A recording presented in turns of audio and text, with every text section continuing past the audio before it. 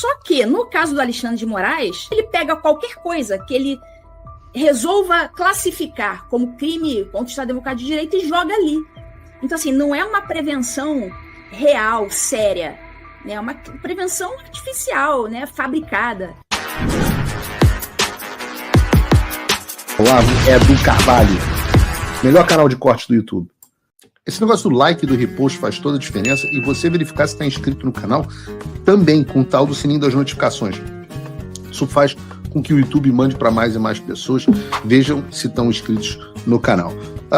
Muita pauta para falar hoje, então vou direto ao ponto. Quando isso acontece, digamos que tenha que acontecer porque o STF é forçado a reconhecer isso, talvez por alguma pressão internacional maior. Quando isso acontece e esses inquéritos são encerrados, acaba também esse negócio do Alexandre ser considerado o juiz prevento para qualquer assunto envolvendo política no Brasil? Sim, porque se o processo, se o inquérito for encerrado, for arquivado, não tem mais nada que esteja em vigor para que ele seja considerado prevento depois. Porque para você ser considerado prevento, isso aí eles usam muito isso para escolher juiz. Explica o que é prevento para a população. Desculpa, realmente são juridiquês. Desculpa se eu incorrer em algum juridiquês, você me avisa aqui. Prevenção é um instituto... Eu que incorri. É porque você já sabe, mas pode ter gente da audiência que não está ligado. Prevenção. O juiz prevento é aquele que já está julgando uma causa semelhante ou conexa, aí vem uma segunda causa sobre aquilo ali parecido, aí ele está prevento, ou seja, como ele já está julgando aquilo ali parecido, aquilo ali é levado para ele julgar também, é anexado. Então, isso aí é prevenção. Foi isso que fez o Sérgio Moro, durante um dado momento, julgar praticamente todos os casos de corrupção envolvendo o governo no Brasil, e isso que fez o Alexandre de Moraes se tornar o sujeito que investiga, né, que julga. No caso dele, investiga e julga. Julga todos os casos relacionados a Bolsonaro ou bolsonarismo no Brasil, certo? Só que no caso do Alexandre de Moraes, ele fabrica uma prevenção que, na verdade, não existe. Ele coloca qualquer fato novo e que não tem uma ligação direta, e ele diz que tem uma ligação direta porque aquilo ali é um crime contra o Estado Democrático de Direito. Então, ele pega qualquer coisa que ele resolva classificar como crime contra o Estado Democrático de Direito e joga ali. Então, assim, não é uma prevenção real, séria, né? É uma prevenção artificial, né? Fabricada. Né? Só para. Mas isso por causa.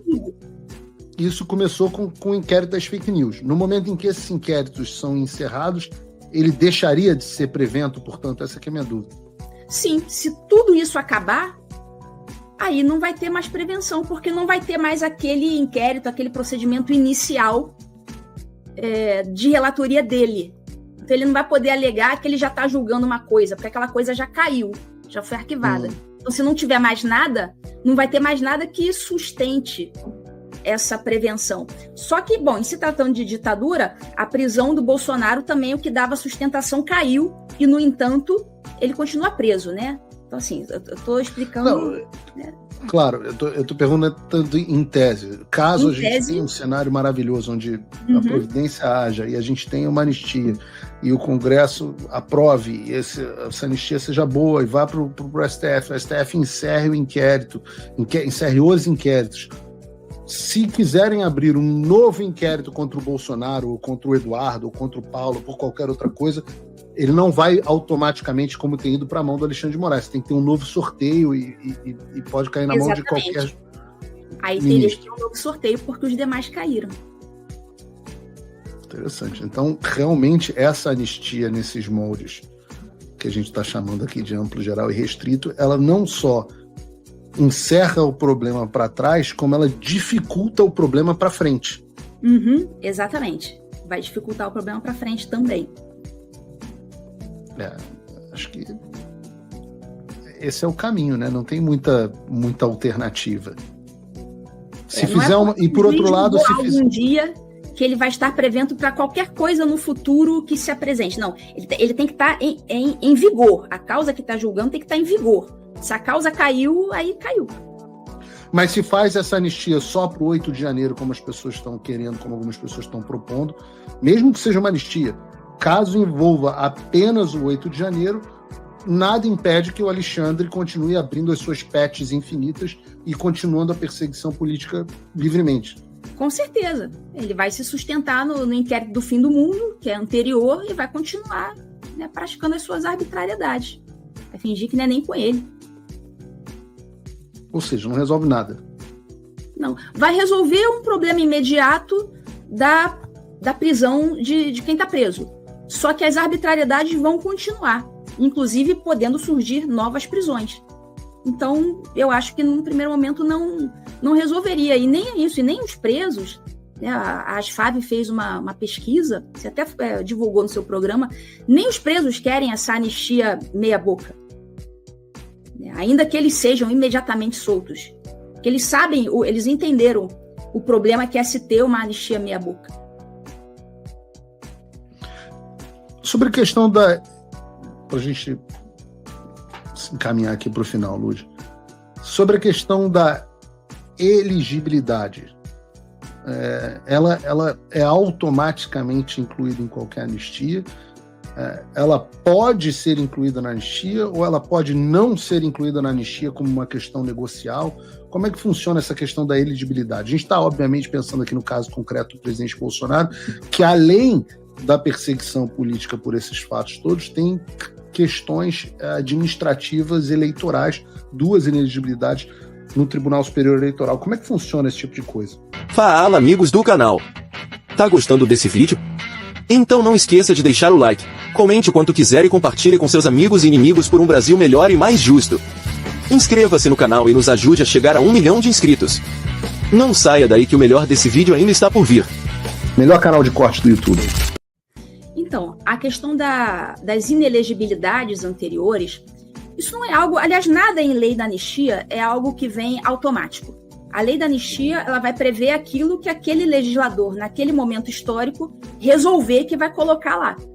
Então, ele pode resolver não colocar a questão da inelegibilidade. Ele pode resolver. Nesse caso, eu acho que seria uma anistia meia boca. Mas, enfim, não é uma coisa automática. Não existe um projeto de anistia automático, não. O legislador escolhe o que ele vai colocar lá. Tipo, um cardápio de coisas e ele resolve colocar lá o que ele quiser. Então, não é automático. Então, para eu entender, pode ser incluído no projeto a elegibilidade do presidente Bolsonaro, mesmo ele tendo condenações eleitorais e de outra natureza. Ele pode ser tornado elegível, completamente elegível através desse projeto. No caso, especificamente da pessoa do Bolsonaro, não, o projeto da anistia ele vai prever situações gerais. Claro. Geral, mas né, com um efeito específico. Pode ter um efeito. O suficiente. Sim, pode ter efeitos eleitorais. Aliás, todo tipo de efeito. Aliás, a anistia, se ela não tiver todo tipo de efeito, eu acho que ela não é uma anistia. Se ela deixar algum resíduo, ela não vai cumprir o seu papel de esquecimento. Então, ela tem que apagar os efeitos criminais, administrativos, disciplinares, eleitorais, todo tipo de efeito ruim. E os efeitos eleitorais de inelegibilidade por injustiças, por perseguições políticas, isso é algo que eu acho que tem que ser apagado também, senão não é anistia. Mas é claro, se passar uma anistia sem envolver essa questão de retornar os inelegíveis elegíveis, né, claro, que o foram por motivos políticos, eu acho que vai ser uma anistia meia boca. Mas eu espero que o Congresso não resolva passar uma anistia dessa forma. Mas se quiserem passar, pode, né? Pode passar. Vai ser negocialmente, pode-se tirar a questão da elegibilidade. Judicialmente? Não, negocialmente. Negocialmente. Aí a questão de negociação política, né? Seria uma lástima se isso acontecesse. Uma lástima. Poder eles podem, mas seria uma lástima. A política, dificilmente a gente sai com o que a gente quer, mas não seria uma anistia ampla. Já não seria ampla, porque excluiria questões eleitorais. É verdade. Uma dúvida que eu tenho, fazendo aqui quase que literalmente o papel de advogado do diabo, quase. Não se poderia alegar, porque o presidente Bolsonaro é inelegível, além agora da condenação e da lei do ficha limpa, ele também é inelegível por 2 coisas que pode-se dizer são não correlatas. Por exemplo, ele foi por questão de abuso de autoridade, utilizando abuso de poder político, se não me engano, ou econômico, não me lembro. Na questão de abuso de poder político, né? No 7 de setembro, é porque eu lembro que tinha negócio do Silas Malafaia, não me lembro o que foi. Mas 7 de setembro, e tem o outro que é a questão dos embaixadores, da reunião com os embaixadores.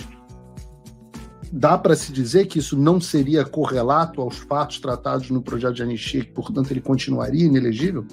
Não. Vai depender de como foi escrito o projeto de anistia. Né? É perfeitamente possível você escrever um projeto de anistia contemplando esse tipo de manifestação política. Então, o ato lá com os embaixadores é um ato político, né, normal, de competência do presidente da República, se reunir com quem ele quiser, né, e se expressar livremente. Por isso que eu falei dos artigos referentes à liberdade de expressão dos agentes públicos, que deve ser contemplado na lei da anistia, porque aí vai pegar esse tipo de manifestação, né, como, por exemplo, do Bolsonaro lá com os embaixadores, assim como atos, né, de manifestações políticas, como 7 de setembro, discursos, entrevistas, esse tipo de coisa. Então, a depender de como o projeto for escrito, isso vai ser contemplado ou não. É por isso que a gente precisa de um projeto muito bem escrito, muito bem pensado. Então, a maioria dos projetos que eu li na Câmara, por exemplo, não abrangeriam esse tipo de questão que você mencionou. Se você, como eu, está dormindo mais tranquilo agora que o Trump voltou à presidência, ótimo. Mas e o Brasil? Nosso país continua no buraco. A volta do Trump nos dá esperança, mas as coisas não vão se resolver sozinhas. Vai ser preciso muito trabalho, meu e seu. E não adianta xingar muito nas redes sociais achando que isso resolve alguma coisa. Não tem salvador da pátria, não tem um político que vai resolver por você. A responsabilidade é sua. Eu larguei tudo para me dedicar a isso. E você? Como você pode ajudar sem abandonar as suas obrigações? Simples. Apoie quem está na linha de frente. Sem isso, esse trabalho simplesmente não continua. Acesse www.paulofigueiredoshow.com/apoie e com a partir de $5 por mês, garanta que isso siga em frente. Se puder ir além, torne-se meu patrono Gold e participe do meu grupo privado e ajude a definir as minhas próximas pautas. A diferença entre vencer e perder está na ação. Durma tranquilo, sabendo que você fez a sua parte. Obrigada por assistir o vídeo até o final. Se você já chegou até aqui, confere se já está inscrito no canal e se já deixou aquele like generoso. Estamos quase chegando a 1 milhão de inscritos e a sua ajuda é muito importante para levar o canal Olavo Edu Carvalho mais longe. Até o próximo vídeo, meus amigos. E neste momento é muito fácil aos defensores do plano alegar isso é uma teoria da conspiração.